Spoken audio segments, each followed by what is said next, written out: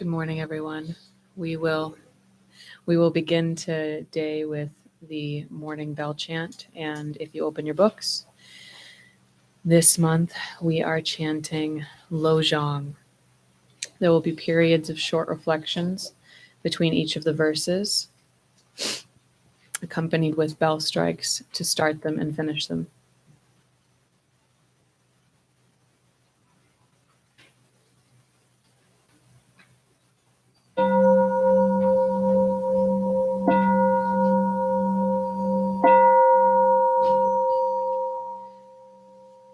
By thinking of all sentient beings as more precious than a wish-fulfilling jewel for accomplishing the highest aim, I will always hold them dear.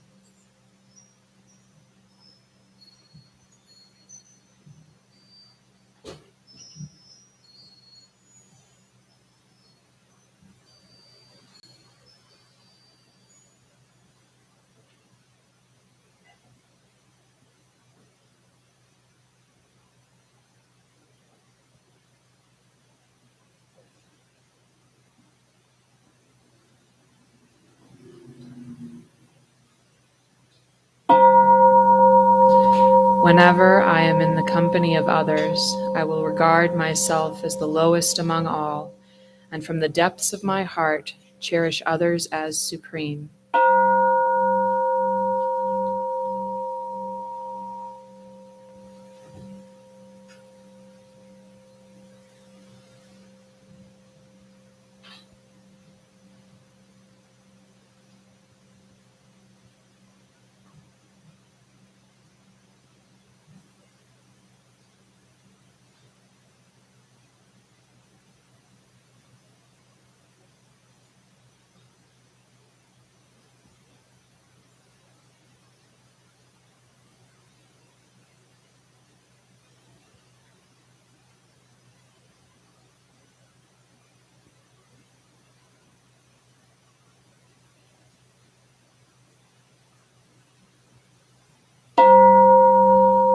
In my every action, I will watch my mind, and the moment destructive emotions arise, I will confront them strongly and avert them, since they will hurt both me and others.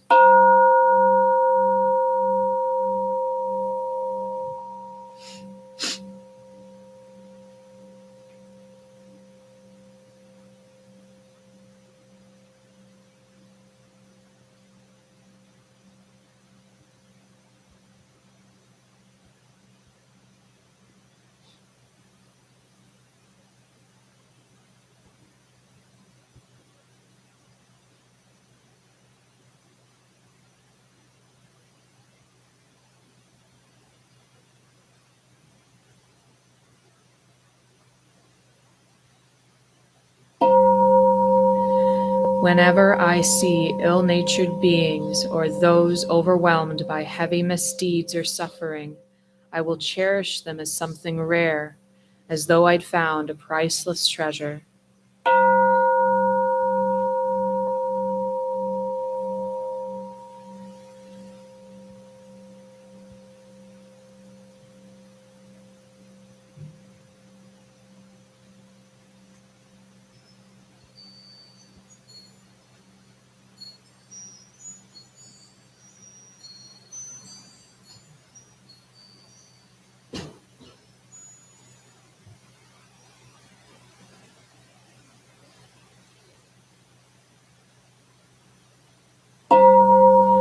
Whenever someone out of envy does me wrong by attacking or belittling me, I will take defeat upon myself and give the victory to others.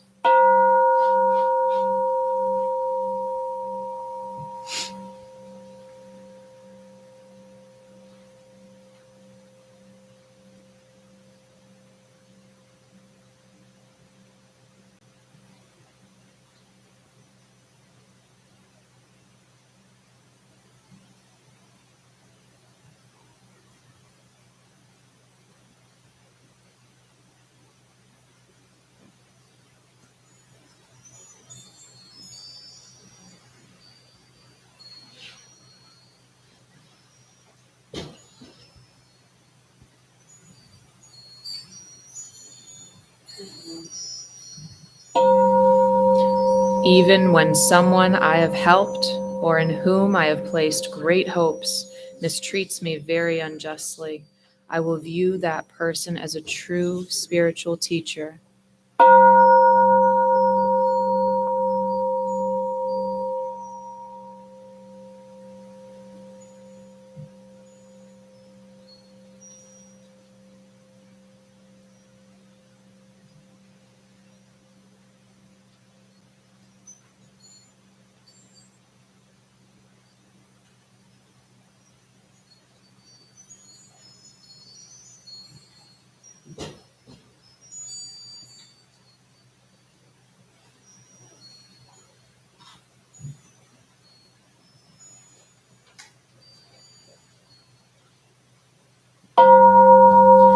In brief, directly or indirectly, I will offer help and happiness to all my mothers and secretly take upon myself all their hurt and suffering.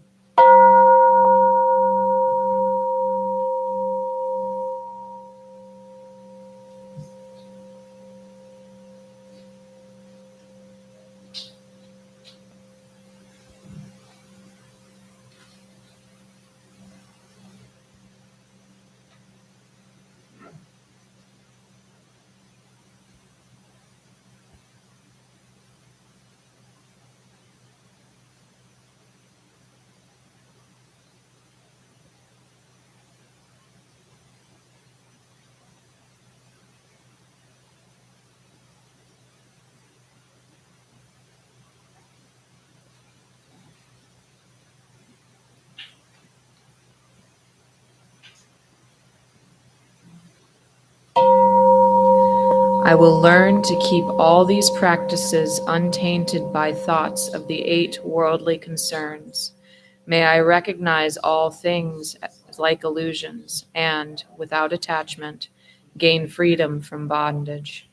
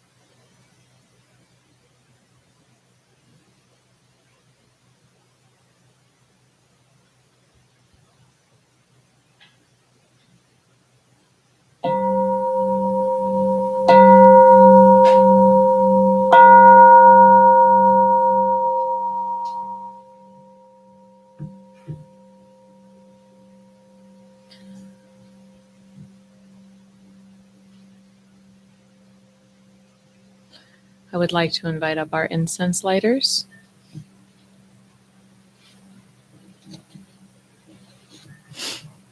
And on the inside of your books, there is the incense offering we will be reciting together.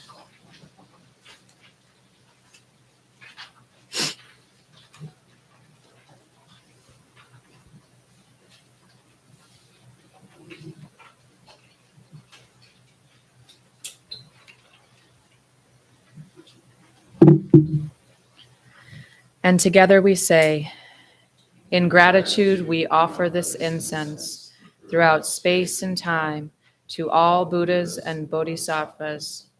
May it be fragrant as earth herself, reflecting careful efforts, wholehearted awareness, and the fruit of understanding slowly ripening. May we and all beings be companions of Buddhas and Bodhisattvas. May we awaken from forgetfulness and realize our true home.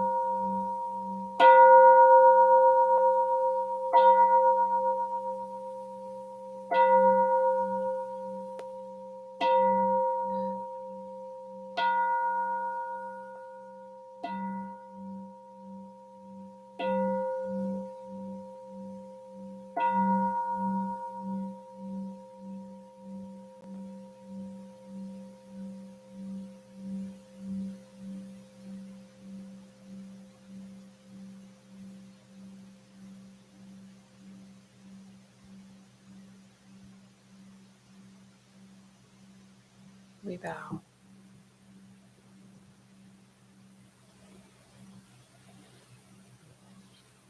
Good morning, everyone. Good morning. Good to see you all. It's starting to feel a little bit like spring. As people were coming in, I could hear birds singing, and that's always a really, really lovely thing to hear after we have the snow melting away. So we are going to start by standing up and silently greeting one another.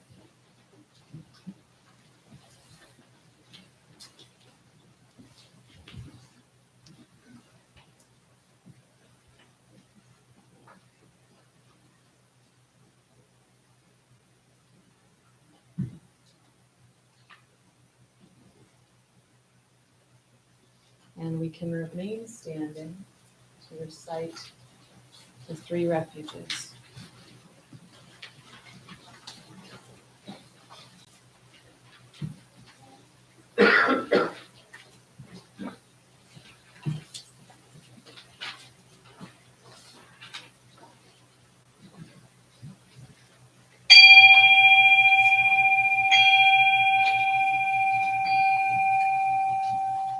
I go for refuge to Buddha, my deeply awakened mind, the living source of understanding and compassion, which must be cultivated to be known fully.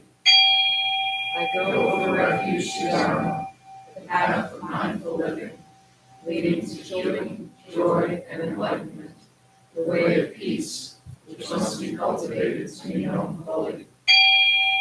I go for refuge to Sangha, a loving and supportive community to practice, realizing harmony, awareness, and liberation, which must be cultivated to be known fully.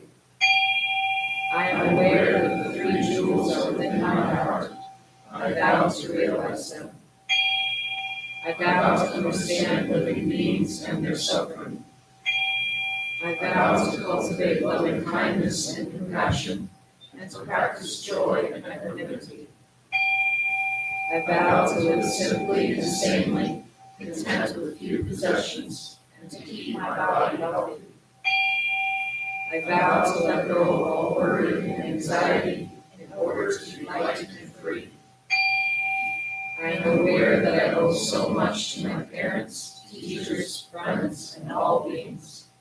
I vow to be worthy of their trust, to practice wholeheartedly, so that understanding and compassion will flower, and I can help living beings be free from their suffering. May the Buddha, the Dharma, and the Sangha support my efforts. May the Buddha, the Dharma, and the Sangha support my efforts. May the Buddha, the Dharma, and the Sangha support my efforts.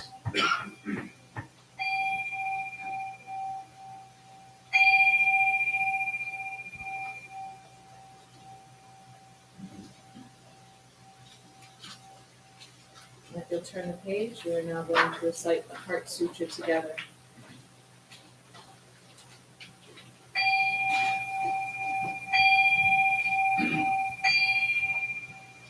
Dhamma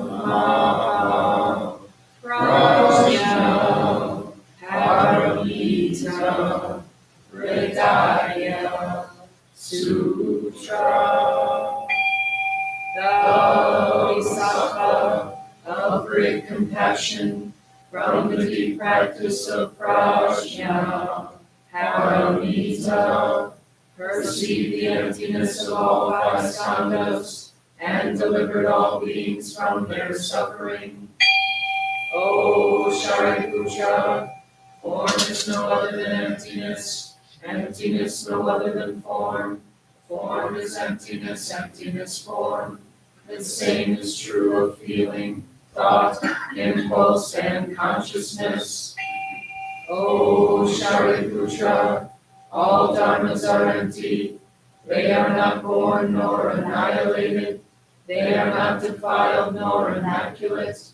They do not increase nor decrease. So in emptiness, no form, no feeling, no thought, no impulse, no consciousness, no eye, ear, nose, tongue, body, mind, no form, sound, smell, taste, touch, or objects of mind, no realm of sight, no realm of consciousness, no ignorance, nor extinction of ignorance, no old age and death, nor extinction of them, no suffering, no cause of suffering, no cease from suffering, no path to lead out of suffering, no knowledge, no attainment, no realization, for there is nothing to attain.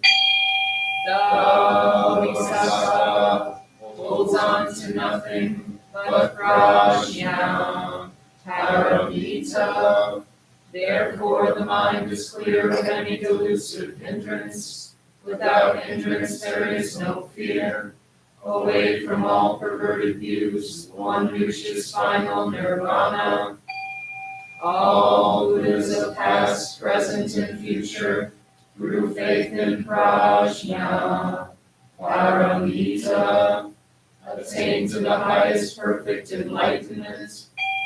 Know then the prajna, paramita, is the great Dharani, the radiant fearless mantra, the utmost supreme mantra, which is capable of allaying all pain.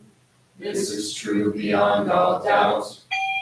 Proclaim now the highest wisdom, the prajna, paramita. Gate, gate, hara gate, hara samgate, bodhisattva. Gate, gate, hara gate, hara samgate, bodhisattva. Gate, gate, hara gate, hara samgate, bodhisattva. Dhamma prajna paramita hridaya sutra.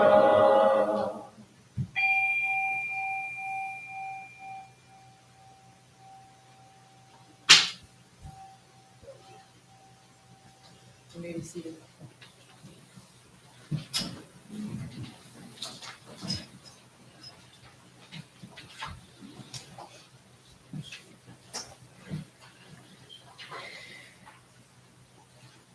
Today, I am happy to welcome our guest speaker, Shinkyu.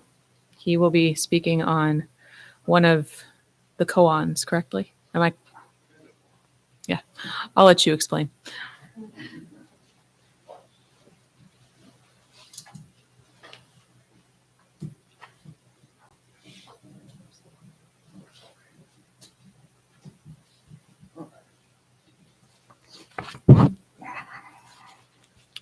Allow me a moment to set this up. Well, before I began, I was just curious, has anyone read any Dogen or Genjokoan specifically? A couple people. Oh, okay, good. You can be a bit much sometimes, but hopefully I'll explain it. All right. So, Genjokoan, what is it exactly? There are a few different ways to answer that question. For starters, Genjokoan is a letter that Zen master Dogen wrote to a lay disciple in 1233 in Japan. And the disciple must have been pretty advanced since the piece isn't exactly an easy read, as we'll find out. And who is Zen master Dogen? He's the founder of the Soto school of Japanese Buddhism. Second, Genjokoan is a kind of prose poem that's full of imagery that pierces right to the heart of Zen. Third, this is one of Dogen's first major works, so it's pretty important in terms of his teaching career. Fourth, it's a bit of a summary of all of Dogen's teachings. Basically, everything that he talks about, or has talked about, wrote about, is right in this piece. And because of that, he placed it at the very beginning of his most famous work, the Shobo Genzo, the True Dharma Eye Treasury, which is a collection of lectures and writings where he tried to single-handedly transmit the entire Chinese Zen tradition to Japan. Not an easy task, but one that he succeeded in pretty well. And finally, Genjokoan is a practice manual of sorts. When we practice Genjokoan, any descriptions that we can come up with all fall to the side, leaving just us, Genjokoan, and the universe all functioning together, all boundaries between them having fallen away. So what does Genjokoan itself say? We can begin with the title itself. As a verb, Genjo means to manifest, to actualize, while as a noun, it means reality as it's actually happening in the present moment. Koan is a bit more complicated. Altogether, it's different than what you would normally think of as like the sound of one hand clapping. Dogen has a very specific meaning that he's using. Altogether, it means the fundamental point. The fundamental point of what? For that, we'll have to break the word apart a bit. Ko means the equality of all things. It's like the emptiness part of form is emptiness from the Heart Sutra. It's like the water of the ocean, deep, vast, undifferentiated, always flowing. And it means ultimately the absolute, which can't really be described in words. While an means the uniqueness of things. It's the form part of emptiness's form. It's like the waves that ripple across the top of the water. It's just our everyday world of objects and ideas. So the fundamental point is that place where both emptiness and form, the waves and the water, the absolute and the relative aren't separate. And finally, altogether we have Genjokoan, which means to actualize the fundamental point. This is the practice of seeing and expressing the identity of form and emptiness, the waves and the water and so on. And it's one of the most important ideas in Zen, how we reconcile this world of objects that we see everywhere that we look with the fundamental non-duality of all creation. So what does this look like in our everyday lives? First, a quick word on emptiness, though, for those new to the idea. At its most basic level, emptiness means that objects and ideas don't have an intrinsic existence. It means that there's no Shinkyu particles that make me Shinkyu, and there's no Zen teacher particles that make me a Zen teacher. What makes me a Zen teacher is what makes anything itself, a coming together of causes and conditions. I'm a Zen teacher because I went through the proper ceremony. I could do that because I sewed my rakusu, my little monk's robe. And I did that because I walked into a zendo one day and became a student of Shuji's.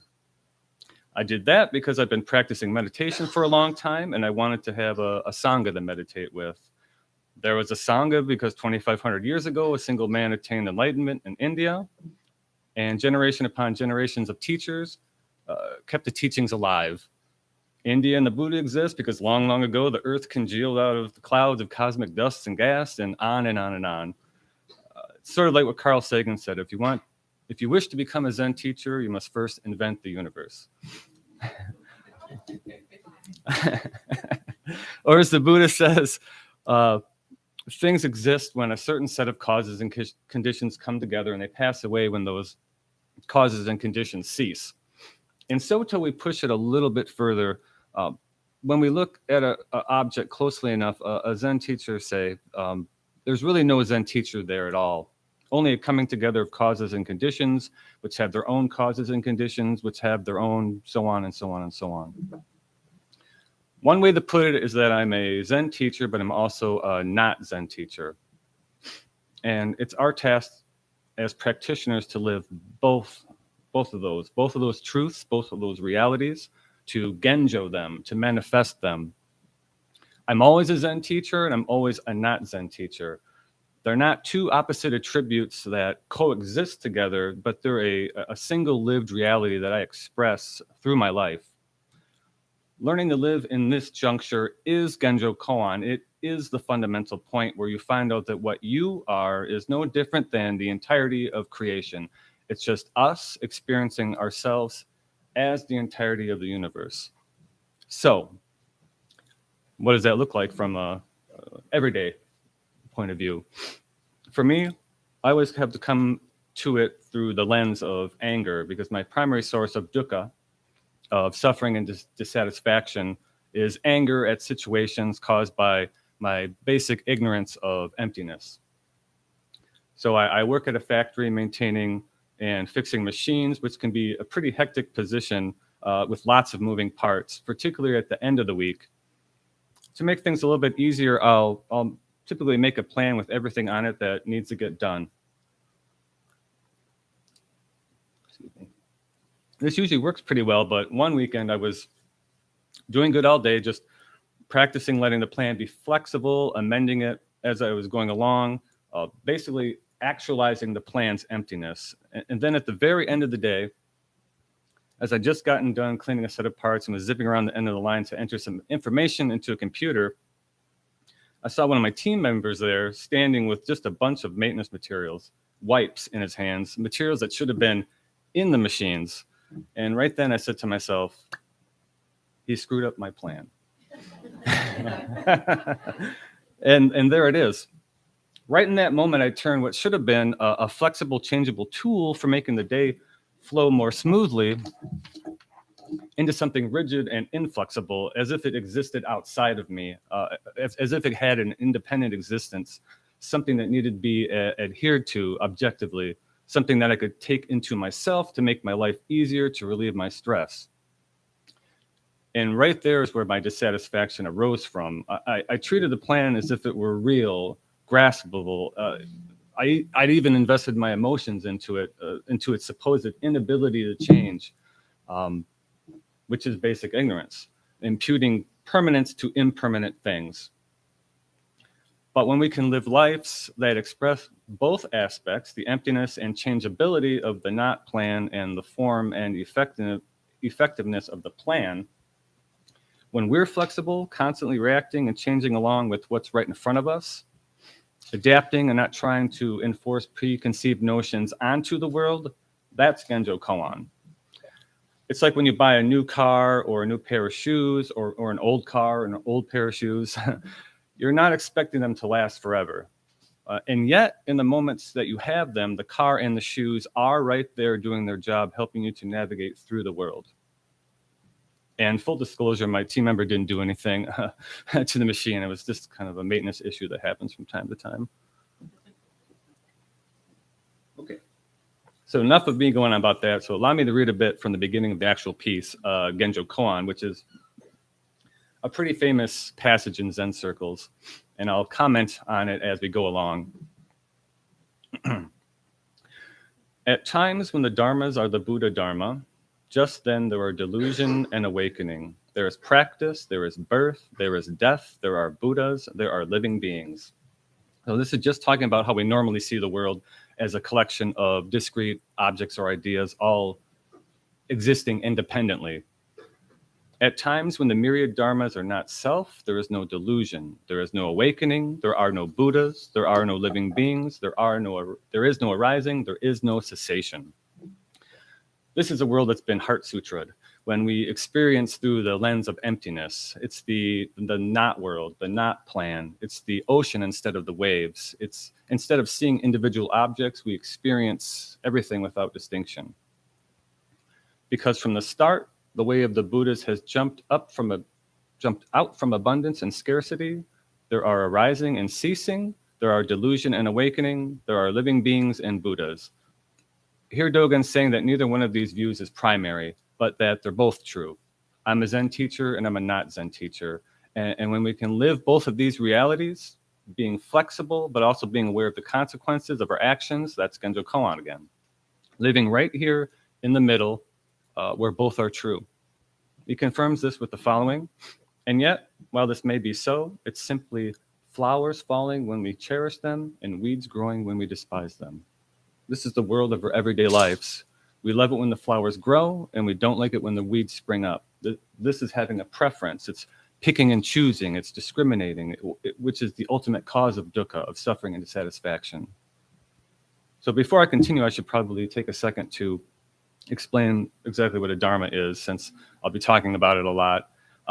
when we look out at the world or inside at ourselves, a dharma is like a basic unit of meaning.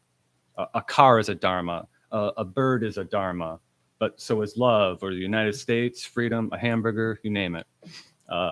You could almost say that they're like nouns, but nouns that we use to populate our world of experience.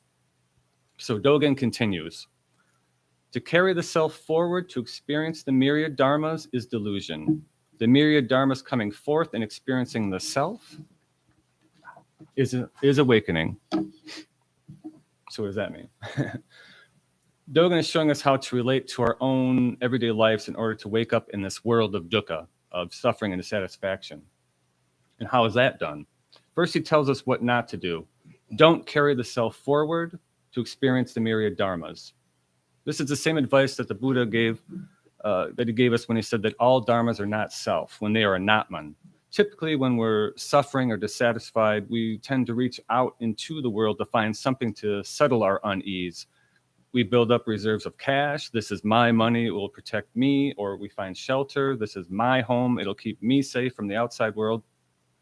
It doesn't even have to be something physical. It can be ideas that we have about ourselves or about other people or anything really. However, on their own, these statements don't even have to be necessarily wrong. But what the Buddha is trying to point out is the my part, the my money, my home, my ideas. This is the idea of intrinsic ownership. We often begin to see things as a part of ourselves, but as the Buddha said, you're not going to find a self out there anywhere. The home and the money and even our bodies aren't ultimately ours. We'll have to surrender all of them at some point. But since everything is always in flux, it's always impermanent. But because of this very impermanence, we can free ourselves from the suffering of samsara, from the constant cycle of rebirth into suffering and dissatisfaction. Dogen puts it this way. The myriad dharmas coming forth and experiencing the self is awakening. So what does that mean? As I just said, we tend to reach out into the world and try to make things ours, try to incorporate them into what we believe is us. But this is delusion, since we're not going to find a self out there. What Dogen is saying is that once this lack, quote unquote, of a self is realized, what we discover ourselves to be is everything that we experience. The flow of sensory input, the trail of words running through our heads, the memories that we carry with us, the pressure of our feet on the ground, the sound of our children's laughter, literally everything that we come into contact with or have come into contact with, the entire history of the world and everything happening simultaneously in the universe right at this very moment, that's us. And this realization, this experience is enlightenment. This takes us to probably the most famous of Dogen's statements in all of his writings. If you've heard only one thing from Dogen, you've probably heard this. To study the Buddha way is to study the self. To study the self is to forget the self. To forget the self is to be enlightened by the myriad dharmas. To be enlightened by the myriad dharmas is to drop off one's body mind and the body mind of others. These lines are literally just another way of saying what I was just talking about, what it's like to live from inside the experience of not self, anatman, but now seen through the lens of Buddhist practice. First, we study ourself. We look at it really, really closely. Then we see that we can't find a self anywhere, and this causes us to live as the entire world with no difference between self and other. Dogen then goes through a series of pretty powerful metaphors to further discuss the topics that he's just raised. One of the most famous, the moon and the dewdrop, is on the nature of enlightenment and the self. It goes, a person getting enlightened is like the moon reflecting in the water. The moon does not get wet. The water isn't broken. Though it's a great expanse of light, it reflects in a little bit of water. The whole moon and the entire sky are reflected in dewdrops on the grass. They even reflect in one drop of water. The moon here is a symbol for enlightenment, and the single drop of water is our body mind. We can reflect the entirety of enlightenment in just this tiny little body mind without causing the least disturbance. Finally, Dogen finishes up this section of metaphors by speaking about fish, that no matter how far they swim, never exhaust the expanse of the oceans, and about birds that no matter how far they fly, never exhaust the expanse of the sky. Likewise, we as practitioners, no matter how much we practice the Buddha Dharma, no matter how much we realize our own Buddha nature, we never use it up. So with these definitions in mind, Dogen continues, if the bird were to leave the sky, it would quickly die. And if the fish were to leave the water, it would quickly die. Know that water is life and air is life. The bird is life and the fish is life. Life must be the bird and life must be the fish. And the good news is that speaking in a religious context, not even a single fish has ever left the water, and not even a single bird has ever escaped the sky. And not a single person has ever been outside of the Buddha nature. This entire universe is Buddha nature. It's been so since the beginningless beginning. It's the water that we swim in, the air that we soar through. And because of it, there's life. Because of us, there's life. And as an aside, what is Buddha nature? For Dogen, it's impermanence, which allows us to actualize our inherent enlightenment. Because nothing's permanent about us, we're always able to change. We're always able to end our unskillful habits and live a life free from dukkha, from suffering and dissatisfaction. So now as the fascicle is winding down a bit, Dogen implores us to practice diligently. And by this, he means to practice zazen, seated meditation. He writes, if one attains this way, the Tao, our daily activities are absolute manifest reality. They are Genjokoan. They are the koan, difference and sameness, form and emptiness, the absolute and the relative, made manifest as our lives in this present moment. It is just as it is, right here and right now, alive together. And finally, Dogen warns us to not think that finding one's place will necessarily become one's own knowledge and be understood by thinking. He's saying that often the fruit of practice, the activity of Genjokoan, functions beyond the verbal level. And a lot of times you might actualize the fundamental point and not even realize it, like when you're fully in the zone and you don't know it until you suddenly snap out of it and return to your everyday self. So we've now come to the final section, and here is often Dogen presents us with a koan, a traditional koan. One of the main functions of the Shobo Genzo, his most famous work, was to introduce koans into Japan as a teaching tool. So it begins. Master Bao Cha of Mount Ma Yu was fanning himself. A monk approached and said, Master, the nature of wind is permanent and there's no place it doesn't reach. Why then do you fan yourself? Bao Cha replied, although you understand that the nature of wind is permanent, you don't understand the meaning of its reaching everywhere. The monk asked again, what is the meaning of its reaching everywhere? The master just kept fanning himself, and the monk bowed deeply. So we have to acknowledge that these two monks are speaking metaphorically about Buddha nature, practice, and realization. And this koan, in this koan, all the themes of Genjokoan resurface a final time. The monk approaches and asks, the nature of the wind is permanent and there's no place it doesn't reach. Why do you still fan yourself? Meaning, since Buddha nature is everywhere, since our enlightenment springs up from something that we always already are, namely impermanent, why do we need to practice in order to become enlightened? Meaning, why should we practice Genjokoan at all? The master replies, although you understand the nature of wind, you don't understand the meaning of its reaching everywhere. Meaning, you do understand the statement that Buddha nature is everywhere, but you're not living the reality that Buddha nature is everywhere. You're not practicing Genjokoan. The monk responds, what is the meaning of its reaching everywhere? Meaning, how do I live this reality? How do I practice Genjokoan? And the master just keeps fanning himself. So I hope after this talk that you have some kind of idea of how to practice Genjokoan. Like the Zen master here, it's not a mental game, but a practice of living right here in this very moment. When we drop our preconceptions and simply breathe and walk and talk, drive our cars, go to work, do the dishes without daydreaming about all the things we'd rather be doing, but simply pick up the dishes, feel their weight, feel the scrub of the dish pad. No difference between what I am and what washing the dishes is. That's Genjokoan. That's the Zen master fanning himself. The realm of our everyday lives is right where we express our enlightenment, and our everyday actions is what we express our enlightenment through. The wind of Buddha nature is everywhere, but until we wave that fan, it's not actualized. The water of emptiness is everywhere, but the waves don't exist until we stir them up with our lives. Dogen finishes with these final lines. The nature of wind is permanent. Because of that, the Buddha's house brings forth the gold of the earth and makes fragrant the cream of the long river. The nature of wind is permanent means that the Buddha nature is everywhere and everyone. Because of that, the wind of the Buddha's house, which is practicing the Dharma, realizing our own Buddha nature, and manifesting Genjokoan, brings forth the gold of the earth and makes fragrant the cream of the long river. These are both quotes from sutras, but what they ultimately mean is that our practice can transform suffering into joy, samsara into nirvana, and delusion into enlightenment. It brings forth spiritual riches and the delightful nourishment of the Dharma.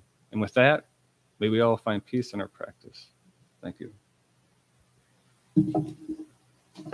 If anybody has any questions about that.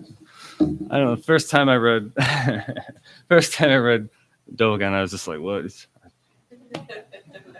He comes from a very, like 1200. He was born in 1200, and he came from a very like regal family. Like he's related to the emperor and all that distantly.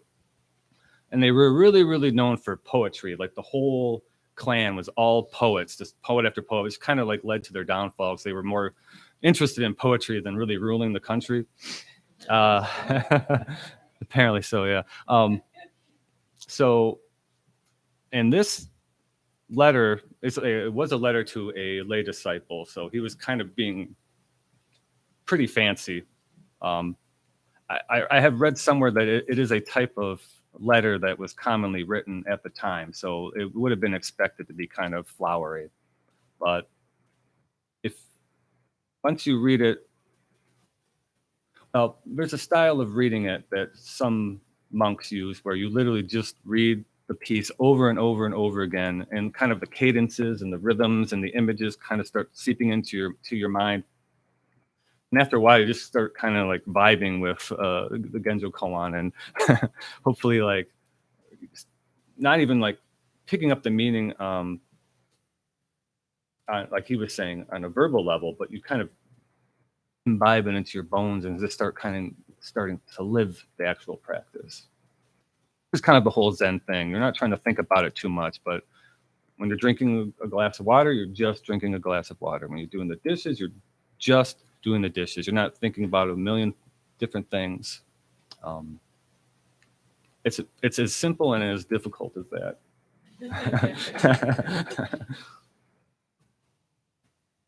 Anybody have any questions? Comments? I'll probably be talking a little bit more about Dogen in the future too. Yeah.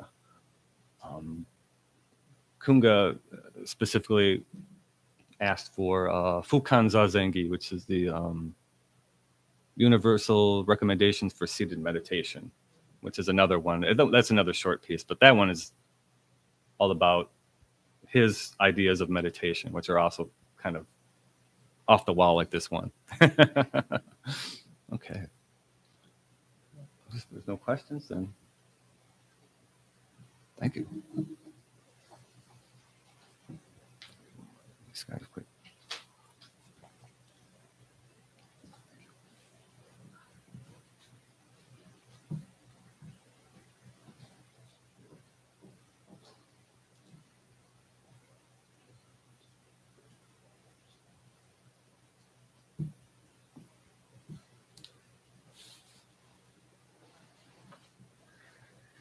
Thank you so much for that very, very insightful talk.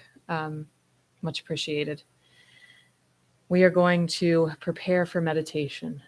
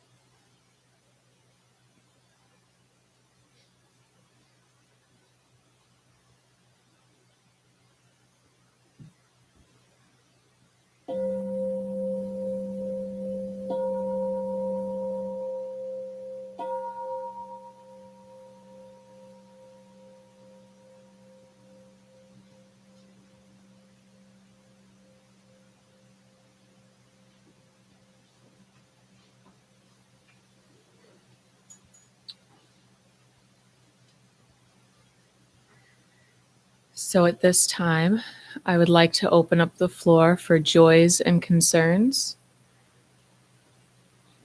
And I think I'm going to start. My sister, earlier this week, had an emergency hospital visit. And turns out there was bowel obstruction, and her doctor had said to her, if you had waited, this could have killed you. And we're really grateful. While it was a concern at the time, it has become a joy that it is not as bad as it could have been. And we're really grateful that it is what it is right now. So.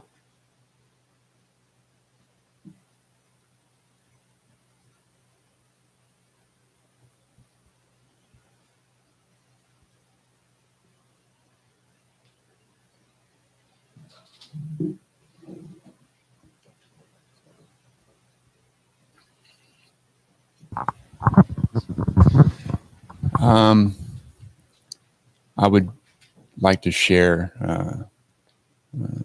the joy that I've had, I guess, or a joy from the last 16 days. So a couple of weeks ago, our son was in an accident and sustained a significant injury, which seems like a concern and can be, but the concern, because they are healthy at this moment and happy, is the concern is really only for the future. And so, I'm thankful for the practice that tells me that the future is really only in my head. So at this time, all is well. And what I really wanted to share is my joy, because over the last 2 weeks in the hospital, we have been overwhelmed with the compassion from the world, from the nurses and doctors, friends and family, the security people in the hospital, the lunch people in the cafeteria, the people on the street in Chicago, the people at the impound where I retrieved his car. Everywhere I turned, I was only shown loving kindness and compassion. And it was such a sustaining, uplifting thing. It was amazing. And so, the loving kindness and compassion of the world being immeasurable, I really felt that in the last couple of weeks, and it's been a joy of mine.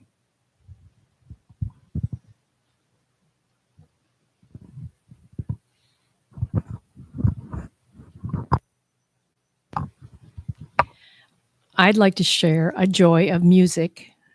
Everybody loves music, but we got to experience last weekend at Hope College, the student review, and last night back at Hope College for the American Legion Band. And the feeling of the crescendo and the horns, and it was just wonderful. It's filled our lives up last night.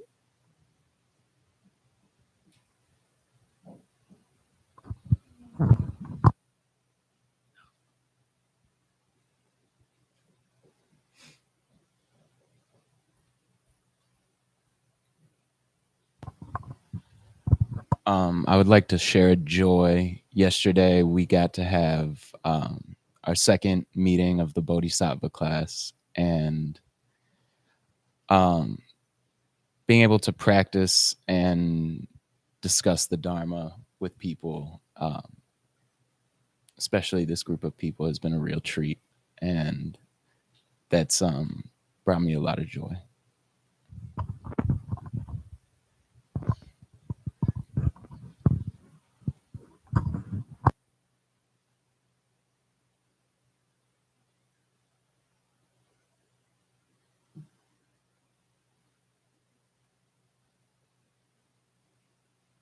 Any online?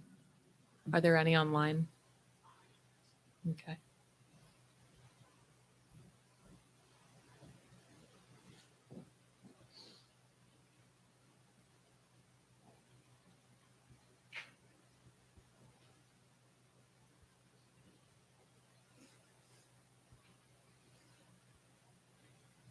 So we are going to take a moment to hold space for all of those joys, really, and also for those who may have unvoiced concerns that need a little bit of our thought and support, and all the people that we meet and throughout our day that might be experiencing their own troubles.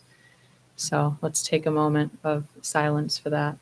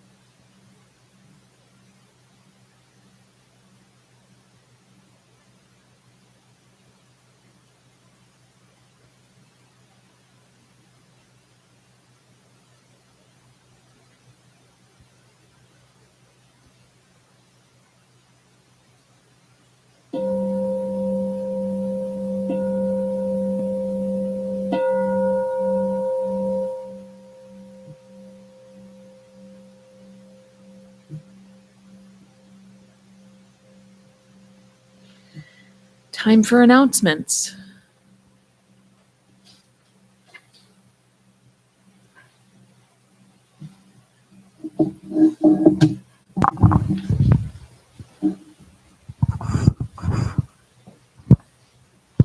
Hello, I'm Anna. I'd like to make the Dana announcement today. So our temple operates solely on volunteer efforts and donations and exists only because of your generosity. In Buddhism, this is the practice of cultivating generosity or dana. No one at the temple receives compensation of any kind. So there are multiple ways to contribute. If you're interested in a monetary donation, you may visit zengr.org/donate. For those on YouTube, select the link under the Show More option under the video. We have Dana boxes at each entrance of the temple if you'd like to give cash or check. And there is a QR code on each Dana box that links directly to PayPal. You can also sign up with Amazon Smile, and a small portion of your purchase will go to the temple at no cost to you. Thank you for your support.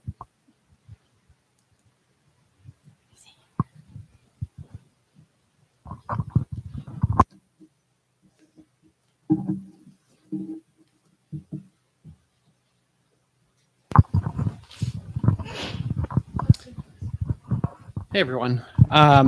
We are looking for help with the tech team. So the tech team runs the Sunday service live stream and audio and video, and typically it's about a 1 time per month rotation. And so, and despite the name, you don't really have to have tech skills. All you have to do is be comfortable working with a computer. So if you are interested, you can contact Reverend Kunga or any of our tech team members. My name is Kent. Will is here. Keith is in the room over there. John, are you here? No. Okay, John Westerick. Okay, but if you're interested, please feel free to reach out to any of us. Thank you.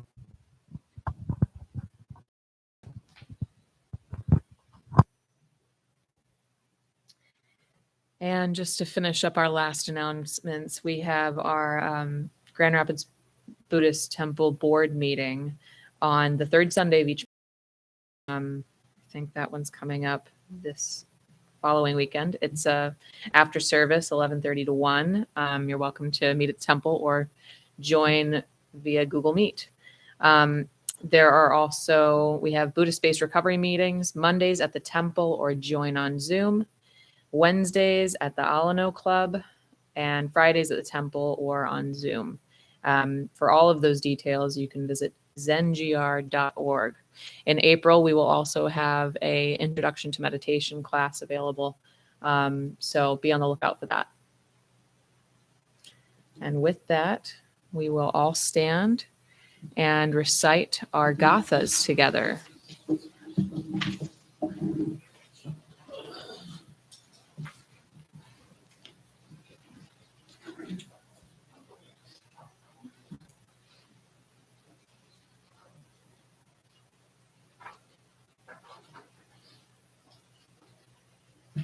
And together we say, For all unskillful actions ever committed by me since of old, on account of my beginningless greed, anger, and ignorance, born of my body, mouth, and thoughts, now I atone for them all.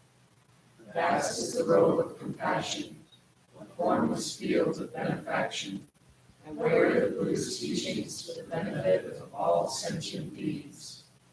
All beings, one body, I vow to liberate. Endless blind passion, I vow to uproot. Dharma gates without number, I vow to penetrate. The great way of Buddha, I vow to attain.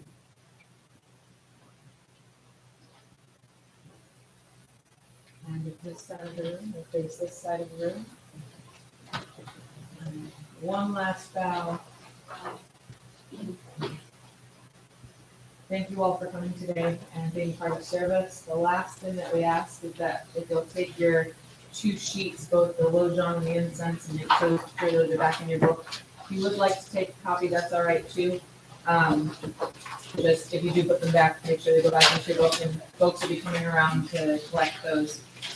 Beyond that, you can take your cushions, make sure that they're all evenly aligned, fluff up your seat cushion before you leave, and we'll have tea time downstairs. Thank you, everyone. Okay.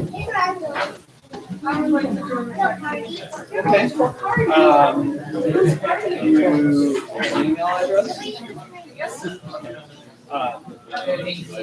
That's great. What's your name?